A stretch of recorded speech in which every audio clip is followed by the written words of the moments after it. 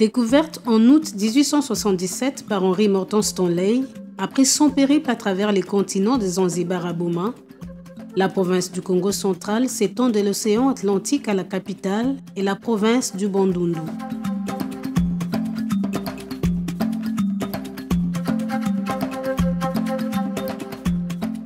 Géographiquement, elle a pour borne au nord la République du Congo, à l'ouest l'océan Atlantique et le Cabinda, à l'est Kinshasa et Bandundu et au sud l'Angola.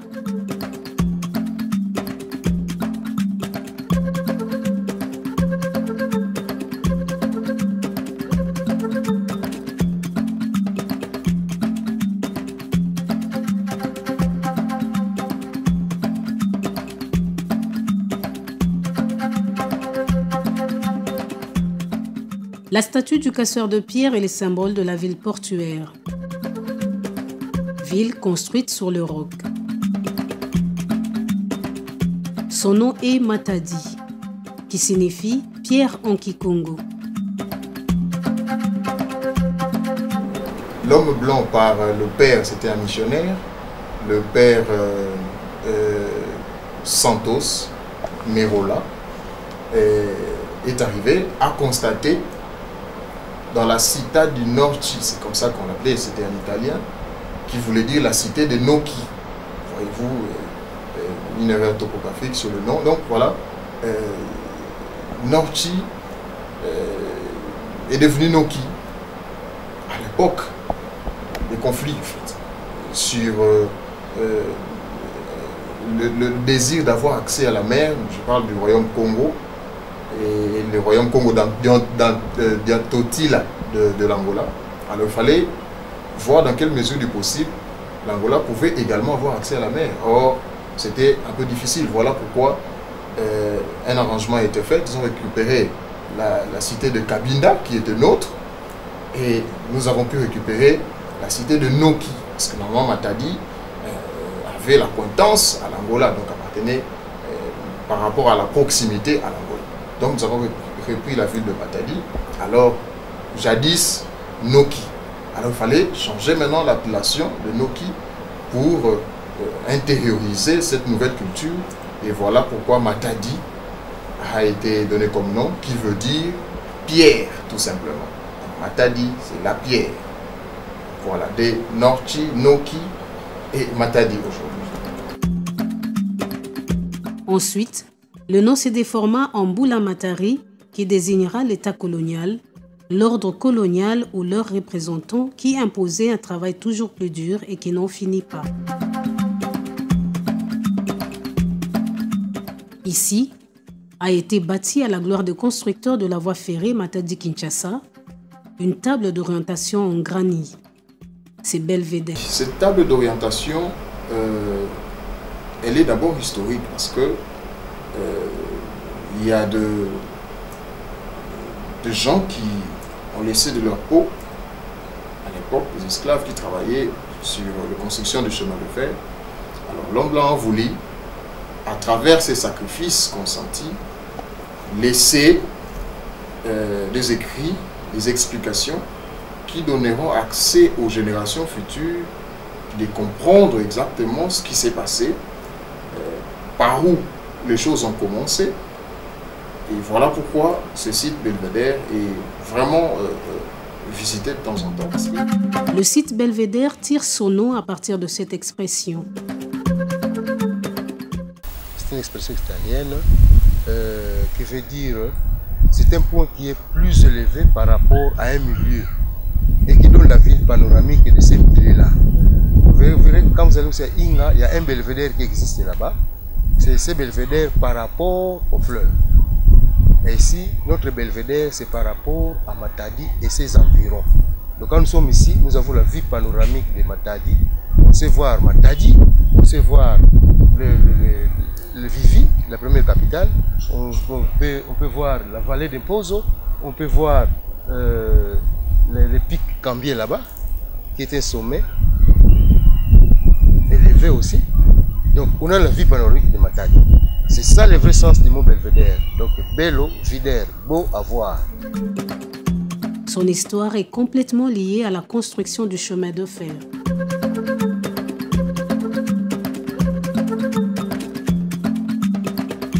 Personnes ont trouvé la mort dans cette vallée, qu'on a amèrement nommée Vallée de Mort.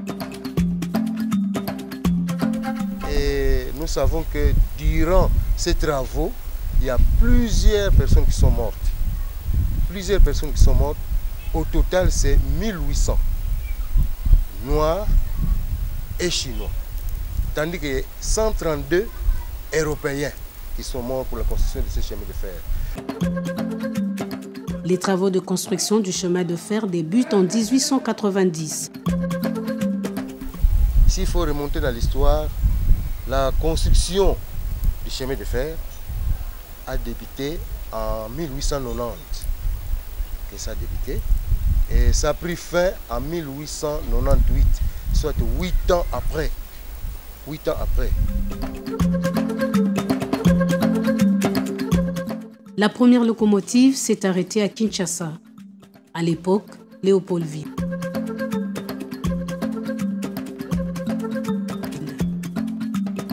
Nicolas Citeaux est le machiniste qui a conduit la dite locomotive. Une fois à Kinshasa, il construit son camp, le camp des travailleurs, camp Citeaux, actuellement camp Kaouka. Albertis, administrateur. C'est à lui que Léopold II, alors roi de Belge à l'époque, avait confié les travaux de construction. Monsieur Léopold II, il a confié les travaux à un certain monsieur Thiss, Albert Thiss. C'est lui qui était l'administrateur, c'est lui qui s'occupait de l'administration technique pour la construction du chemin de fer. Et il restait à Mbanzangoum. Pendant qu'il restait à Mbanzangoum, on avait nommé Mbanzangoum en ce moment-là Tissville. C'est là où il résidait, c'est là où il y avait toute la maintenance des locomotives. Les colonisateurs venaient se reposer ici, dans différentes compagnies, après qu'ils aient terminé les travaux. Travaux qui ont duré 50 ans. 50 ans après, c'est 50 ans après, il commémorait le 50e anniversaire, de la construction du chemin de fer, qui avait pris fin en 1898. Quand nous prenons 1898 plus 50, nous arrivons à 1948, qu'on est venu déposer ces monuments ici. Monuments en forme de cercueil pour rendre hommage aux constructeurs du chemin de fer. Et ça a la forme d'un cercueil parce que c'est en mémoire des gens qui sont morts pour la construction du chemin de fer. Il y a eu beaucoup de gens qui sont morts pour la construction de ce chemin de fer. Alors, ils se sont dit, il faut quand même penser à ces gens-là. Il faut leur ériger un mémoire, un monument. Raison pour laquelle ils ont érigé ces monuments. Ce qui explique qu'à travers cette contrée chaotique, des hommes audacieux et tenaces ont lancé le premier chemin de fer de l'Afrique centrale. Quand vous voyez même ici, on a écrit, ici passé, la première voie ferrée. Ces monuments est en deux parties scindées. La première, sur une plaque en cuivre jaune émaillé, reprend les vallées et montagnes de Matadi. Elle a été offerte par la Compagnie du Bagne à l'Office national du tourisme. Ils se sont dit, puisque nous savons que cette contrée, cette vallée, elle est chaotique, ils se sont dit il faut représenter ça sur une plaque. C'est la raison pour laquelle ils ont présenté. Quand vous voyez, toutes ces monticules aussi ne représentent que cette vallée. Pour la seconde partie en matériaux durables, on doit de remerciements à Émile Bernaer, alors ministre belge de Finances à l'époque.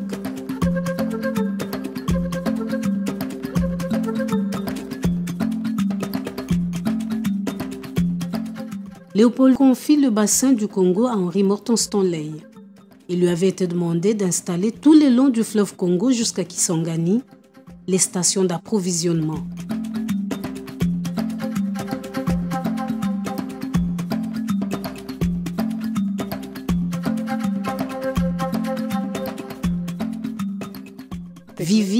faisait partie. C'est là d'ailleurs qu'il habitait. Vivi, c'est Vivi, parce que le mot Vivi tire son nom des les premières initiales. Il y a un blanc, un anglais qui était là-bas, qui s'appelait Van de Velde. Donc lui, pour l'appeler, comme il était anglais, il utilisait les initiales VV. Et comme en anglais VV, cela veut dire que Vivi, c'est pourquoi son chalet tire ce nom-là de Vivi. C'est là-bas, dans cette forêt là-bas. Plus loin là-bas, c'est là où se trouvaient ces chalets. Malheureusement, ça a été détruit ça a été consumé par les feuilles de brousse, parce que c'est en planche. Aujourd'hui, quand vous y allez, il n'y a que des vestiges. Nous verrons, quand nous avons la fondation, nous avons la roue de la charrette, nous avons encore le mât du drapeau. Première capitale de la République démocratique du Congo, Vivi est proclamé État indépendant du Congo le 1er juillet 1885.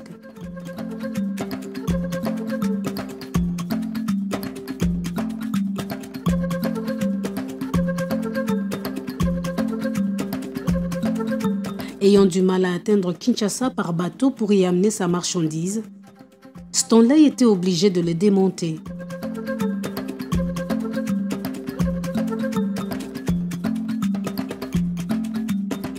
Il devait alors utiliser un autre moyen, lesquels trouver des gens pour transporter sa marchandise de Vivi jusqu'à Kinshasa à pied.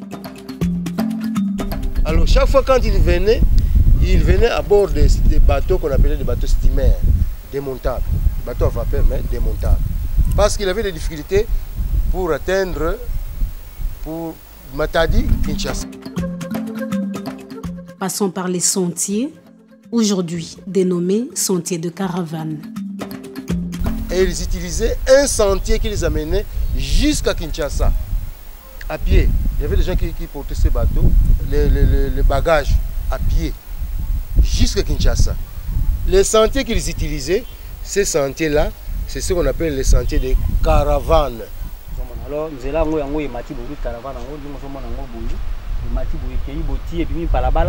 palabala ekeiti ma côté ya Gombe Matadi kuna Gombe Matadi après ekeiti ba côté ya kasi ti soki na kasi otuni route caravane ba relaxo yango nzela ba balekela kana parce que bazo kenda pembeni ya fleuve bazo na nzela ya fleuve pembeni moni me ndenge bina na ngalema wana ekebi mati côté ya Mimosa wana so tali ebi na mbudi azumi Carigres Koti Mimosa ti akebe manasi ya Mongalema wana ti bakebe magistrat na monument na nini na maison communale ya Ngalema nde sika bango bazaki ko déposer ba valise o bana ko alors ba biloko bazaki ko mema oyo zaki ba marchandise dans les temps ba portugais ba temps ba na ko yawa bana oya pe na biloko na bango ya koteka alors bango nde bazaki ko mema biloko wana parce que tika ngona parce que moi marché pe zako sala mawana Stanley pe avant daka place wana nde place wana omoni na niveau ya Chanik des places ba montaki premier bateau ba montaki parce que nzela o loko ezaki na ba shite belé soki shite ezalaki te mbele banga ba continuer na bateau na ba zalaka nango bateau ya mupepe wana ndango ba kena ngoti na Kinshasa mais tellement loko ba yeko découvrir ba shite wana alors senga ikaka fo ba suka wa ba bloko monsieur ba nokene kana mutu parce que na tango na nzela ezalaka te ndango ba forma ka nzela o ya makolo soko tambola pona okende tipu na kona kotika ba bloko banga ba zalaka mais alors on a tambola na nzela bazo sa so ba sali 20 km après faut ba telema ba pema soki lo ko les ali ba lié après si manango pesi bango départ ba ki donc bazo tambola moins donc bazo sala moins 28 jours na nzela 28-30 jours na nzela ça dépend ndenge ba bazo tambola mais en tout cas bazo sala presque un mois pour ba comment ba atteindre Kinshasa. Juste à côté est érigé aux mémoires de nos ancêtres qui ont souffert en portant des bagages sur la tête à des longues distances. Le monument aux porteurs. C'est aussi un site touristique.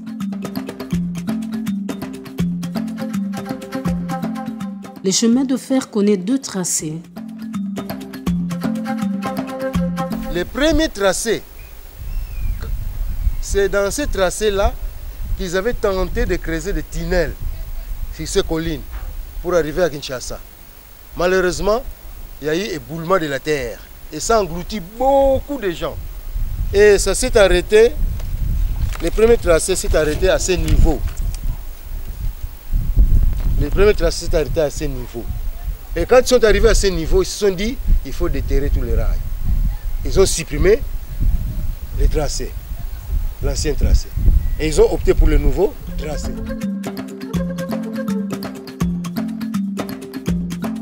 Pendant qu'ils progressaient sur l'ancien tracé, ils avaient déjà construit la gare de Mapembe. Cette gare constitue aussi les marchés des esclaves. La première gare, c'est gare Pozo. C'est toujours derrière cette maison.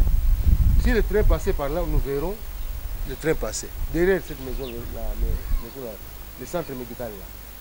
Derrière là-bas. C'est la gare Pozo.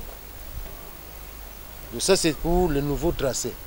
C'est la première gare qui existe jusqu'à aujourd'hui, partant de la gare centrale. Les esclaves venaient de partout.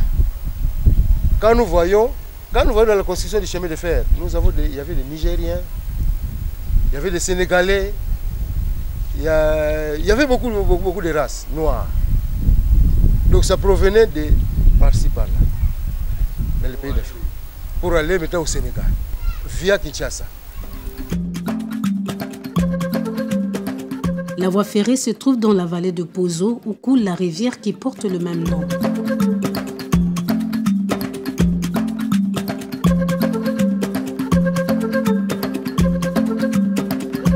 Avant la construction du pont Maréchal, les gens partaient d'une rive à l'autre par bac moteur.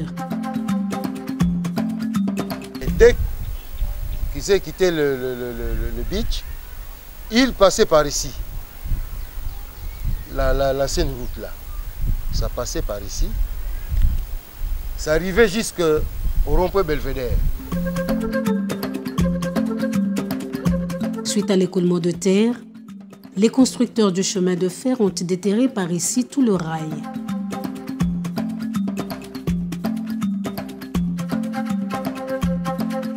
Plus question d'arriver à Léopoldville, Kinshasa aujourd'hui. Ce qui explique cette plaque commémorative suspendue sur cette route serpentée, plaque qui mise à l'abri et qui rappelle les épigraphes de James Telford. J'offrirai mon corps comme une pierre pour construire une route pour entrer en Afrique. J'offrirai mon sang comme mortier pour cimenter le pierre afin que d'autres puissent passer sur cette route. James Telford ne vivra que 6 mois, mais il aura cependant durablement lancé la mission. 2 sommets opposés, 2 montagnes et une entrée, le col de Palabala. Quand nous venons ici, village de Palabala, on voit cette montagne ici, c'est celle qui est à côté de nous, voyez, en face de cette montagne-là. Et quand vous voyez l'autre montagne là-bas, c'est un plateau. Sur ce plateau se trouve le village Palabala. C'est ici que James Telford implanta le 28 février 1878 la première mission protestante du Congo. On y accède à 12 km en amont de Matadi, sur un solide chemin vers la droite qui serpente vers le sommet pour rejoindre un groupement de villages.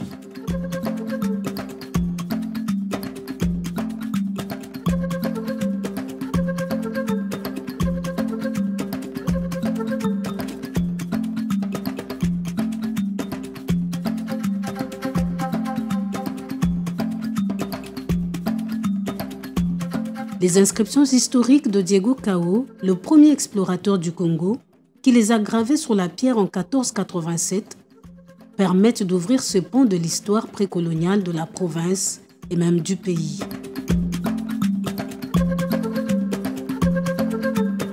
Dans les collines accidentées, devait passer le chemin de fer. Impossible mission. Il faut creuser de tunnels. 365 km de voies ferrées, plus ou moins 20 gares construites, des personnes mortes. Ernest François Cambier, militaire dans le service topographique de l'armée, avec le grade des majors du 2e régiment en ligne, il a été le chef de l'expédition d'études du chemin de fer au Congo.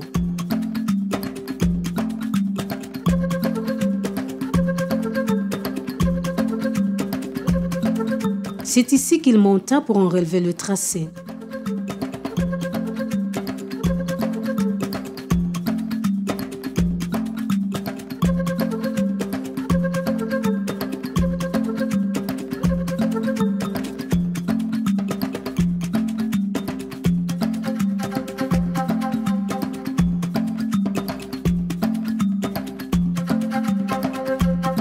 Ce site, en fait, était pour nous une étape.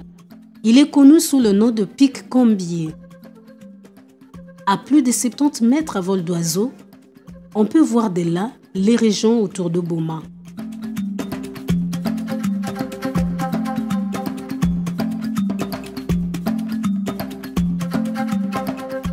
Un pic haut de 502 mètres que nous avions franchi ce matin-là, en laissant au bas et au plus loin notre voiture, semblable à un jouet quand vous prenez de l'ascenseur. Il se trouve érigé des tentes. À qui appartiennent-elles? À des chrétiens, bien sûr. Ceux-ci viennent de partout pour faire leurs prières par ici.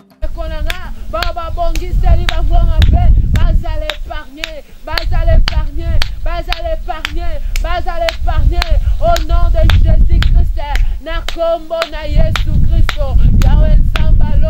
d'autres tiennent des cultes.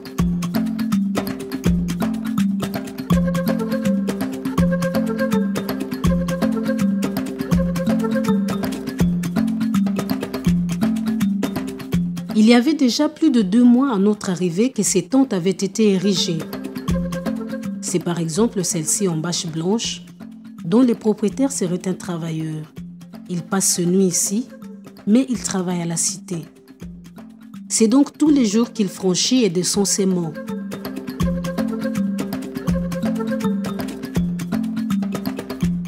L'histoire évolue, les choses changent avec le temps.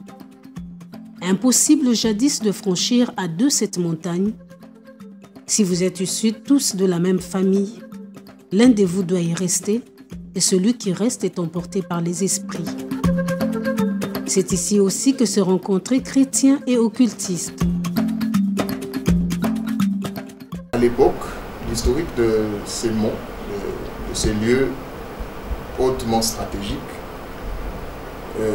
permet à nos ancêtres d'aller, qui se ressourçaient spirituellement, parce que je vous dis, depuis 1400, le village où Matadi existait, et quand Blanc arriva en 1688, il trouva déjà une croix quelque part où le peuple autochtone allait prier.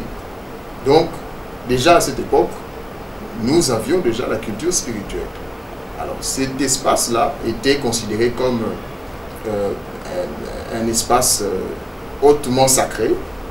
Et on n'y va pas n'importe comment, au risque de laisser même de sa peau. Et voilà pourquoi certains même pensaient récupérer la situation pour effrayer la population. Non, mais il ne faut pas y aller, vous ne rentriez pas, et tout ça. Non. Ces lieux étaient tellement sacrés. Quand on y va, il faut y arriver avec une cause, c'est-à-dire on a un objectif, soit pour parler aux ancêtres, vous le faites calmement, et nous estimions à l'époque que quand vous êtes là, vous vous concentrez, vous faites vos prières, et on avait des réponses, on était répondu à travers nos ancêtres. Alors voilà pourquoi ce lieu est resté hautement sacré par rapport à notre culture. Et nous transmettons également ça aux générations qui viennent. Chacun pour faire sa prière. Chrétien par la gauche, occultiste par la droite. Véritable spectacle impressionnant.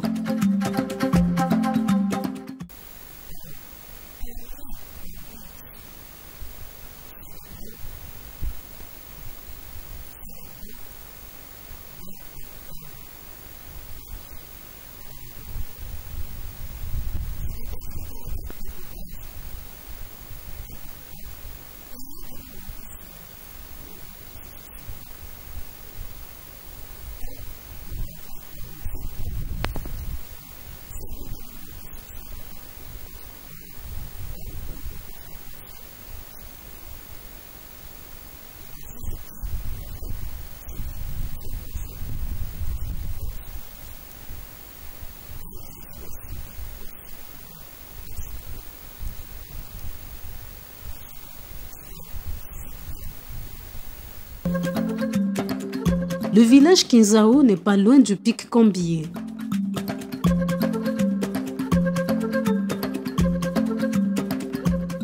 Une magnifique montagne qui impressionne pour être visitée. Nous avions apparemment négligé de tenir compte du comportement naturel de cette montagne.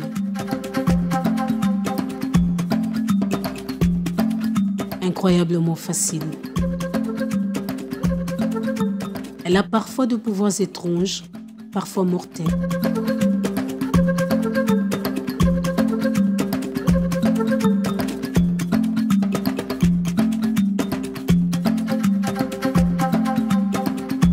En ville, il y a des églises et des maisons. Mais au village, c'est une autre histoire.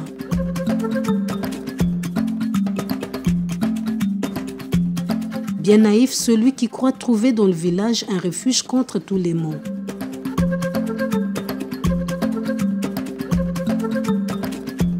Dans ce village, réputé en fabrication de fours à briques cuites, l'eau inquiète. Ce robinet de fortune que vous voyez dans ce puits est perforé par des femmes dynamiques pour diminuer un tant soit peu les souffrances qu'elles endurent.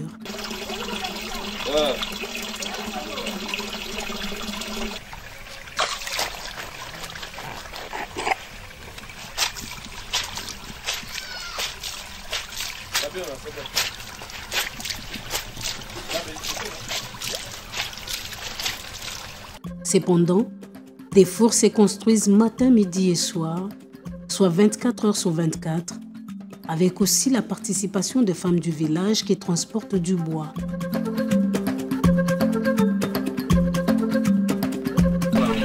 Donc, outi to timoli mabele, to poti, les aura moins temps. To bando beta, so to beti, to zeli kauki, on construire four. Après, on construire four, to luki koni, de lobby na 12 heures, to bandaki kotumba. Ndenge ça 24 heures sur 24. Du moins 12h30, 13h photo kanga. Bon ça 8500. Bon ndenge ça moni porte ouais. Faut que 5 briques. Okangi bana mabele 5 briques, okangi ba joint. Les poches wana yango eko sala ke boko tsa koni. Do yango ne chambre à kuichi nango. Koni nyoso tozokotisa kuna. Soto kotisi, soto pelisi, moto ebimi kuna, tokangi kote moko. Tokomi ko charger koni na kote moko onan tokangi ti. Alors kuna nde toko continuer ti toko sentir que ezui moto et ziki bongo nde tokangi su koto musale singi. La difficulté eza mingi po senga ranet ba 8000 bo faut préparer na koni. Oza na koni koni anormal po soki o s'aventurer au mona bokangi mais brique moi était là les actifs. Donc il te préparera déjà les abisso moi nzoto. Il faut préparer koni ti oyebi ke tina tumbi. Donc ebe baté quoi. On était raté donc il faut tumba et zo apenda. Bois sur la tête, bébé sur son dos, cette femme avoue qu'elle en a marre. Nous avons remarqué un cimetière. Ici sont enterrés ces villageois qui meurent. On peut dire qu'il est adapté aux réalités du milieu.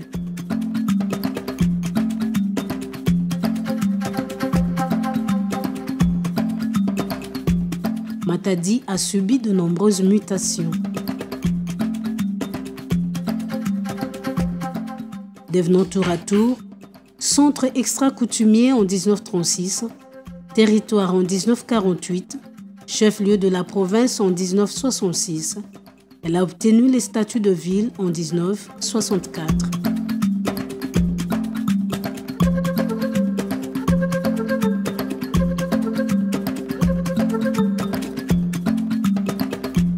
Pour ces dernières raisons et tant d'autres, essentiellement géographiques et historiques, elle fait partie des villes les plus historiques du Congo central.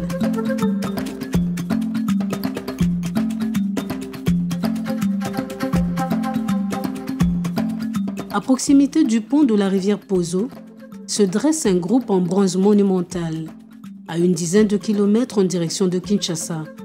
des monuments aux porteurs. On a histoire ya mboka oyo ndenge tozomona kana kanisi bozomona bino moko forme batongo bazali bato bazali vraiment en tout cas bazalaki pena ba robiste donc bazali bato moko bon bazali esclave ko basomba bango kosomba bazali kosomba bango bazali bato moko bazali na force mususu parce que na tango wana ezalaki bazali kozwa bato moko bazali na bataille pena ya oseri wana bato na bazalaki pena ozomona muto azala 2m20 na 2m10 bazalaki nakasumo ozomona la forme donc na ndenge basali bango forme na bango ndenge bato na bazalaki bato moko bazali na force mususu ya osakana te alors bato moko bazalaki pena ki na bataille monete ya biso boyi mwa eza te donc ndenge akozwa te ndenge aza kozwa kotala parce que ezalaki kaka bakongolais te basénégalais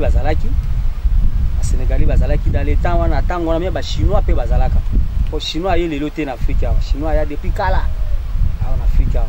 Ces monuments donnent un message, pas deux, un seul message. Pour nous, peuple matadien, le travail, tout simplement. Ces monuments ont été créés également après avoir consenti d'énormes efforts. Et il fallait à chaque moment laisser des indices ou des traces à travers les événements qui se sont passés pour permettre aux générations futures de comprendre exactement ce qu'il y a eu et pourquoi sommes-nous, peuple autochtone, qu'est-ce qui nous fonde, qu'est-ce qui caractérise notre coutume, qu'est-ce que nous sommes dans notre fort intérieur. Donc le message c'est le travail, encore le travail. Ces monuments se trouvent derrière la maison ici jaune qu'on voit ici. La maison ici jaune, ces monuments. Et quand vous lisez ici passaient les sentiers des caravanes. Donc quand nous arrivons là-bas, vous verrez le départ de ces sentiers de caravanes. C'est ces sentiers-là qui utilisaient le porteur. Alors, ils ont aussi construit un monument pour eux. C'est pour faire voir comment nos ancêtres ont souffert pour porter des bagages. Des personnes mal intentionnées ont bien évidemment dans la nuit scié et emporté une silhouette debout, au regret profond d'un touriste belge présent lors de son installation.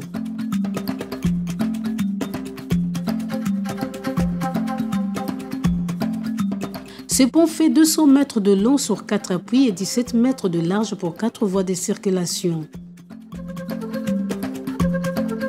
Il peut supporter jusqu'à 120 tonnes. Le pont Pozo est un pont routier traversant la rivière Pozo à quelques kilomètres à l'est de la ville.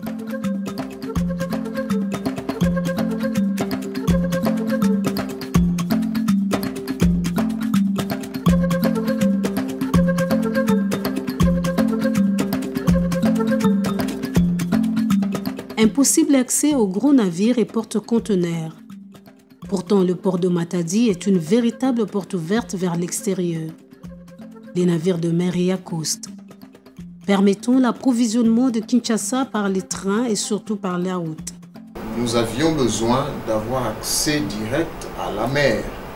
Et au niveau de Matadi, nous avions à l'époque le port de Matadi, mais on avait des difficultés parce que le fleuve, pour avoir accès à la mer, parfois les grands navires, les grands bateaux avaient du mal à accoster au niveau du port de Matadi.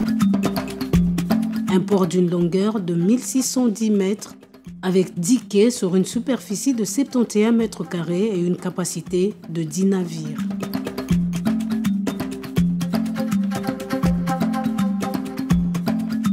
Jeté sur le fleuve Congo, long de 722 mètres et 96,6 mètres d'auteur depuis l'aune rive gauche vers Matadi, 80,4 mètres d'auteur depuis l'aune rive droite vers Mwanda, ce pont suspendu mixe rail route est le plus long de ce type au monde. Il est le seul permettant de traverser le fleuve sur son cours moyen et inférieur. Sa construction avait été confiée aux Japonais de 1979 à 1983.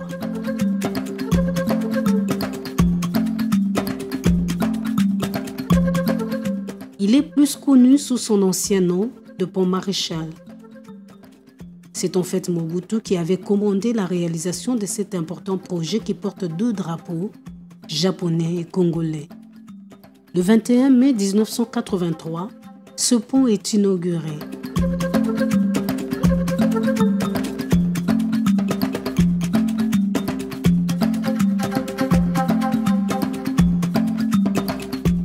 Vous êtes à Matadi, à l'est de Kinshasa, un paysage paisible, aucun danger à l'horizon.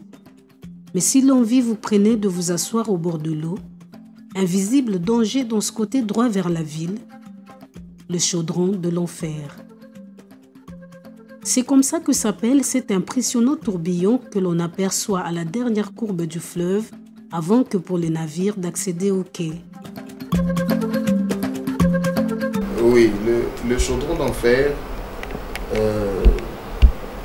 a été qualifié en tant que tel après la disparition de notre ancêtre, parce que notre ancêtre s'appelait Nembangu, aujourd'hui appelé Mbengu Mbengu. Il est parti vivant dans le fleuve et le lendemain il est revenu pour prendre toute sa famille pour repartir pour de bon. Cet endroit a été qualifié comme tel, chaudron d'enfer. Matadi ne connaîtra jamais de guerre ni de bains de sang. Que la ville de Matadi, à travers l'acte posé par notre ancêtre Nembangu, ne connaîtra pas de guerre, ne connaîtra pas de bains de sang, ne connaîtra pas de moments forts de trouble. Parce qu'il a estimé qu'à travers son sacrifice, la ville de Matadi vivra, connaîtra la paix. Voilà pourquoi quand il y a guerre de partout, à Matadi, nous ne sentons pas ça. Ça passe. Pourquoi? Parce que notre ancêtre a posé un acte, il est parti vivant, lui et sa famille, pour dédier la terre de nos ancêtres, la ville de Matadi, aux générations futures.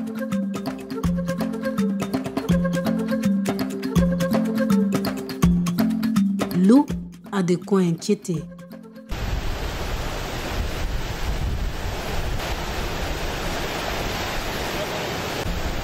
Il y a tant de mystères qui se cachent sur sa surface. Qui a besoin de s'amuser sur l'eau, le fait à ses risques et périls. Apprendre à vivre est une chose, mais il faut aussi apprendre à ne pas mourir. Ces jeunes hommes sur la rivière Pozo avec leurs pirogues cherchent à vivre. Ils passent des heures entières à puiser du sable de cette rivière pour la construction des maisons et beaucoup d'autres immeubles en plus faits en blocs ciment. Alors que les soleils de pluie commencent à s'imposer, un vent fort dévie la pirogue d'un homme devant nous, calé au milieu de l'eau. Des respirations essoufflées s'échappent du côté où nous étions assis. Mais c'est lui qui nous aspire une peur bien légitime. La faible profondeur de l'eau, près de source, n'assure aux villageois aucune protection. Pas moyen de faire autrement. Le village manque d'eau. Les habits, les assiettes, le corps se nettoient par ici.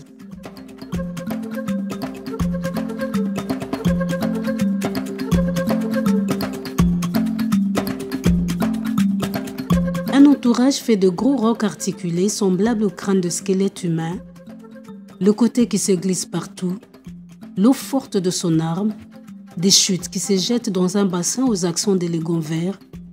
On est loin des histoires que racontaient les gens avant. Notre présence paraît incompatible avec toute forme de vie. Voilà pourquoi elle révèle en nous les peurs les plus enfouies.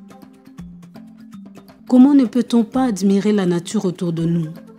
Comment ne pas se passionner pour une eau qui inspirerait aux poètes des strophes, des rondeaux, des ballades, des acrostiches et aux philosophes de se connaître soi-même?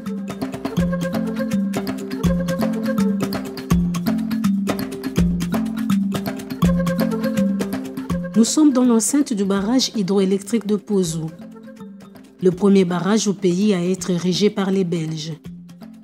À sec, Il est jeté sur la rivière Pozo en 1930. Sa mise en service est effectuée en 1933. 22 ans après, soit en 1955, suite à la faible puissance de cette centrale, 2,66 MW avec 2 machines, on construit alors la centrale thermique. En 1972, le Grand Inga est construit et la centrale de Pozo arrête de fonctionner.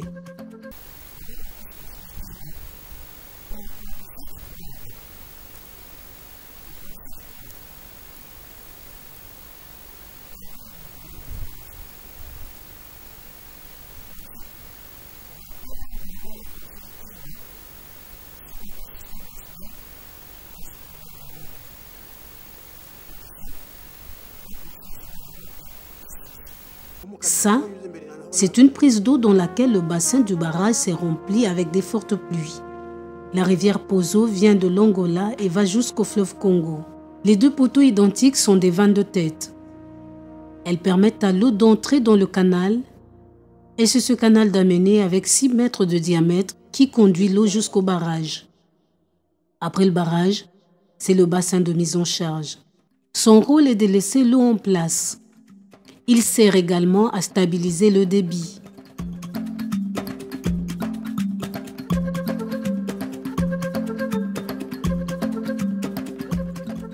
« 12 mètres de profondeur, 12 mètres de diamètre.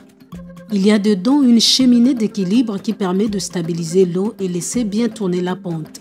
La ville de Matadi était alimentée par ce transformateur de 6,6 kV.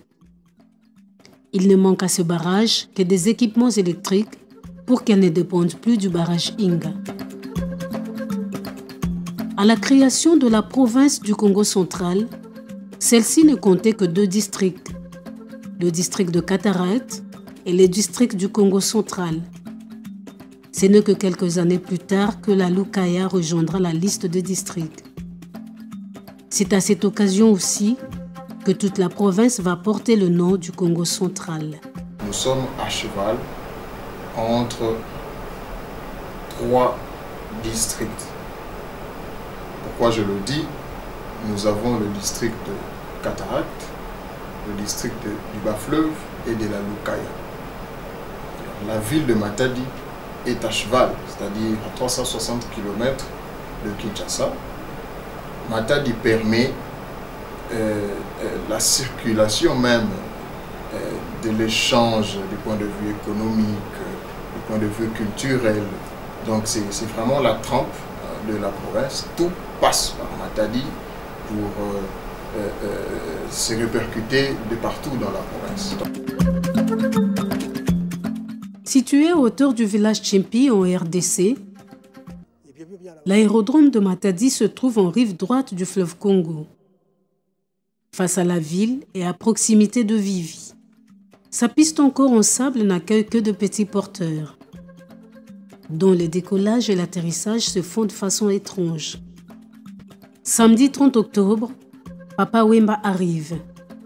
Artiste musicien de grande renommée, il vient pour célébrer en concert le 129e anniversaire de la ville de Matadi. L'aérodrome de Tchimpi est à quelques mètres du pont Maréchal. Après la traversée du pont Maréchal, à quelques 100 mètres, vous arriverez à l'aérodrome de Tchimpi. C'est un lieu conçu par rapport à la situation géographique de la ville de Matadi. Il fallait quand même qu'en dehors de tous les aspects de transport, qu'on ait également aussi un lieu où nos avions, même si pas des grands avions, mais des petits porteurs, des avions qui peuvent atterrir, faciliter également le déplacement. Donc il y a un espace là, un village également, il y a tout un village là-bas si vous arrivez. Et ce peuple-là également s'identifie à Matadi. Donc comme j'avais dit, nous avons 4 villages plus Tchimpi, c'est-à-dire le village Tchimpi s'identifie dans la ville de Matadi parce qu'un tout petit peu isolé. Donc l'aérodrome de Tchimpi existe exactement depuis plusieurs années pour faciliter également, parce qu'au-delà du centre-ville, la géographie ne permet pas de créer un espace pour recevoir de trafic aérien. Donc voilà pourquoi l'aérodrome de Tchimpi existe, pour desservir également le peuple voulant voyager par avion.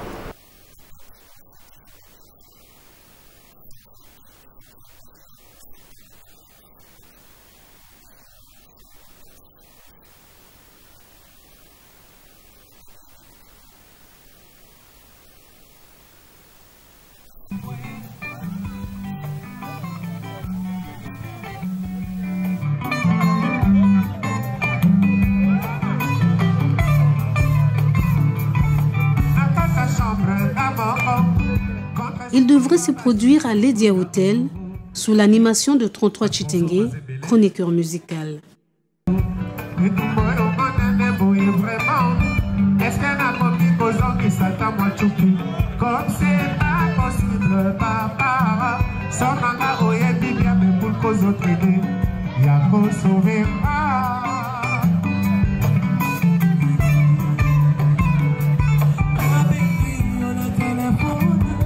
C'est l'un des hôtels majeurs de la province.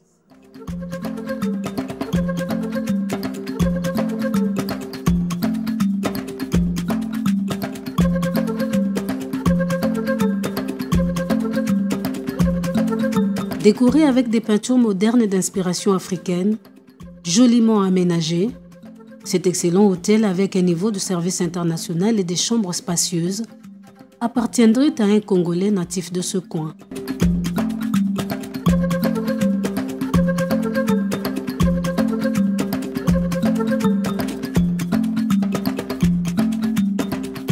Le Métropole Hôtel est une autre bâtisse érigée à l'époque coloniale. Il fut considéré comme le plus bel établissement du pays pendant très longtemps. Construit en 1929 en style gothique, ce bâtiment est en assez puté état aujourd'hui. Ayant résisté aux épreuves du temps et des intempéries, il nécessite juste des travaux d'entretien. Son charme agit toujours face à l'exceptionnelle architecture de l'édifice. Il est juste à côté de la cathédrale.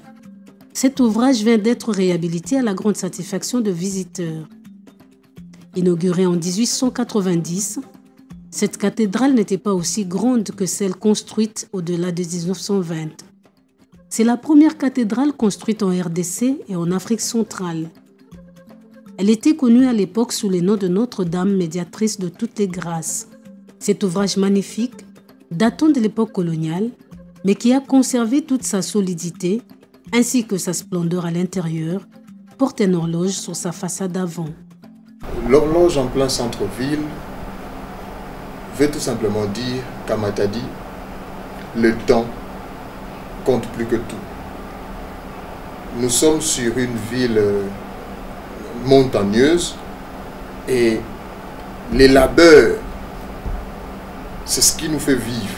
C'est-à-dire il faut casser des grosses pierres, il faut monter, descendre. Et pour ça, cette horloge nous rappelle tout le temps que nous n'avons pas de temps à perdre. Si en République démocratique du Congo, le transport est l'un des plus importants défis que le pays devra relever pour s'assurer du développement durable, le problème l'est aussi pour Matadi. Se déplacer sur Matadi, ville où l'activité commerciale autour du port est très intense, semble être facile.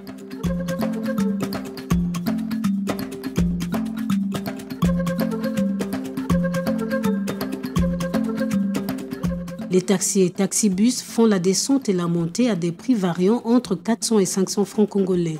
Normalement, taxi est 450, mais le retour est 50, c'est à 500.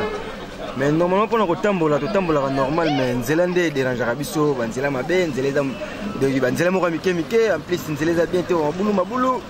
Donc, on devait déranger Rabiso, mais pour le transport, c'est 450, c'est 500 pour 50, c'est comme on passe.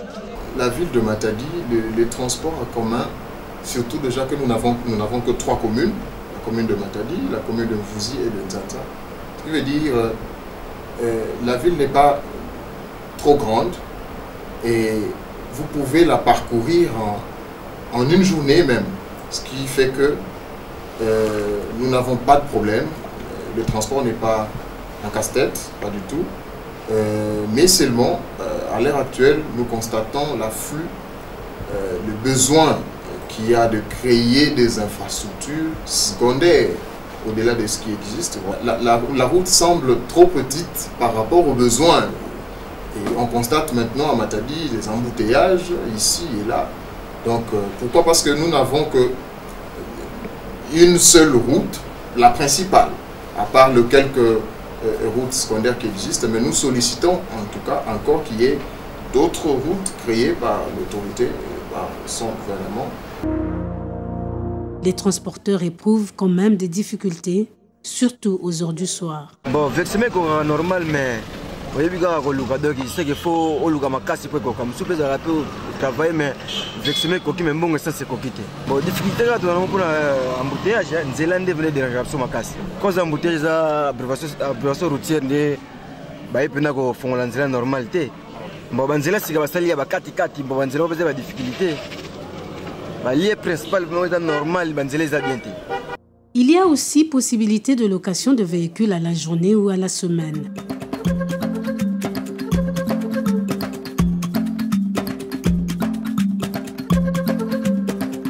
Matadi compte plusieurs établissements d'enseignement supérieur. Côté école, nous avons mis un accent particulier sur le collège Tetemboa.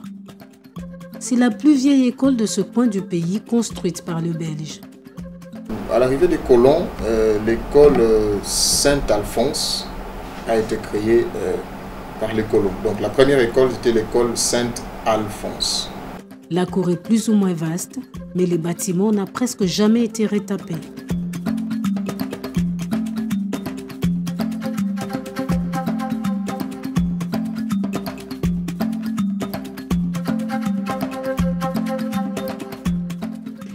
Et l'hôpital dont l'accès de filmer ne nous a pas été accordé se trouve à Matadi, la capitale du Congo central au sud-ouest de Kinshasa. L'hôpital de référence de Kikanda serait, selon nos enquêtes, la mamelle nourricière de voleurs. C'est à cet endroit, en face de l'hôtel Métropole, à hauteur de la cathédrale, que sera reconstruit le gouvernorat de province.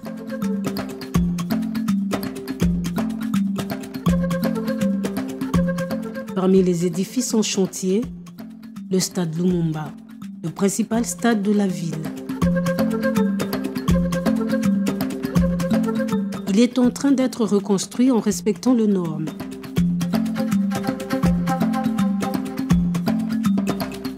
Un parking doit être prévu pour les véhicules sur un espace assez large.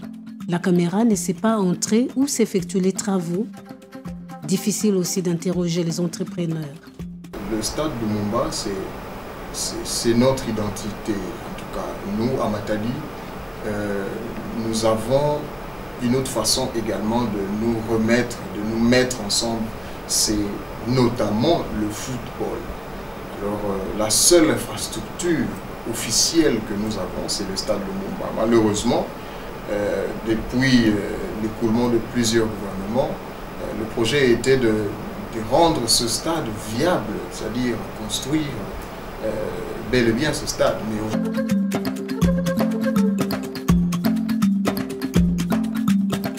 Le Congo central est la seule province du pays ayant accès à l'océan.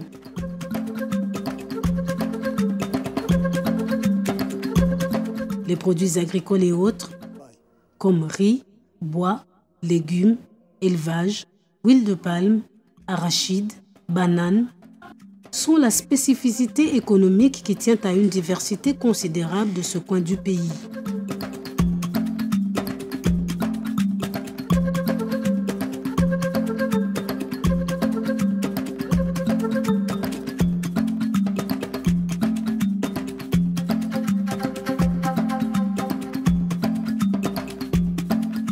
Les cultures vivrières, cultures les plus développées, assurent la subsistance de la population et permettent de ravitailler en grande partie la capitale nationale.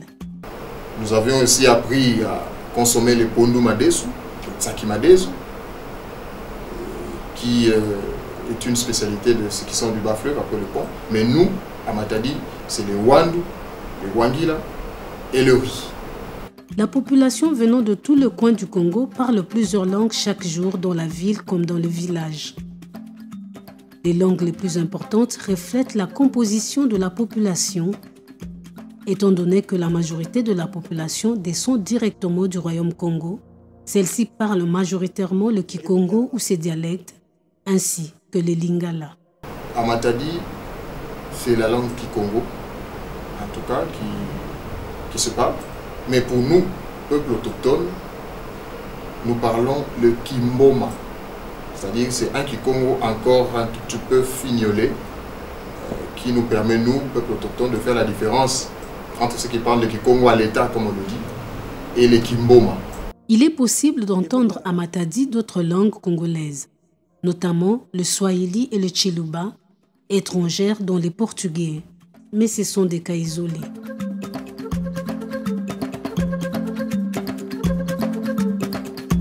Les activités de l'homme ont bouleversé le changement climatique. Les routes sombres de monde, délabrées, accélèrent le temps. Sur la principale Kikanda, la circulation est intense vers les heures du soir. Cette route a tendance à tomber en ruine. Et c'est dans de tels endroits où l'on trouve les trésors. C'est sur la route asphaltée que se trouvent les différents ronds-points qui relatent en quelque sorte l'histoire de Matadi. Le rond-point Gouvernorat porte le monument de Boula Matadi, construit en mémoire des pionniers de Matadi, la portuaire.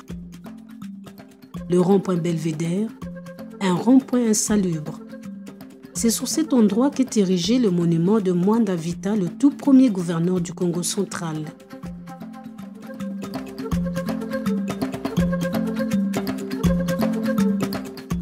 La ville de Matadi compte 3 communes: Matadi, Mvuzi et Nzanza.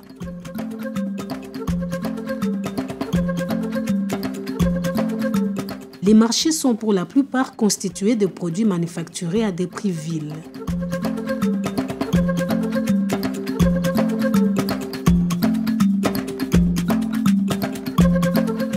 Hormis le village Kinzao à Matadi, on compte aussi avec le village Soyo, Luangu et Luanji.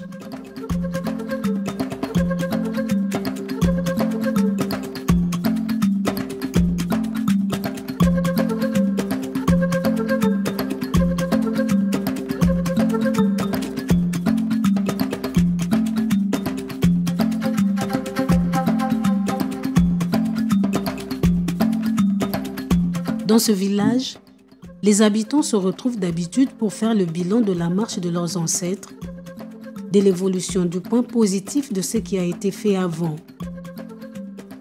Les jeunes de ces endroits ont la responsabilité de penser également qu'ils peuvent aborder dans le sens du développement. Avant l'arrivée de l'homme blanc, nous étions organisés autour du grand chef, parce que c'était des grands villages qui étaient réunis autour d'un grand chef de ces 4 villages. Alors, c'est le grand chef qui prenait toutes les dispositions, les décisions régissant la cohabitation, la vie pacifique des membres de sa communauté. Et nous avions constaté à l'époque également que par rapport à aujourd'hui, il y avait aussi certaines limites par rapport à l'administration de ces grands chefs. Parce que le chef n'étant pas partout, les chefs ne connaissant pas tout, difficulté il y avait à cette époque de bien traduire son pouvoir, son impérium. Et à l'arrivée de l'homme blanc, l'administration, on a appris à être formé, parlant des études, allant à l'école. À travers cette formation, certains des membres de notre communauté ont su se voir dans des postes de responsabilité pour également donner du tonus par rapport à cette ville de Matadi. Nous sommes allés à Matadi, le caméraman, le réalisateur et moi-même, pour essayer de pénétrer le monde mystérieux de son côté portuaire et la comprendre.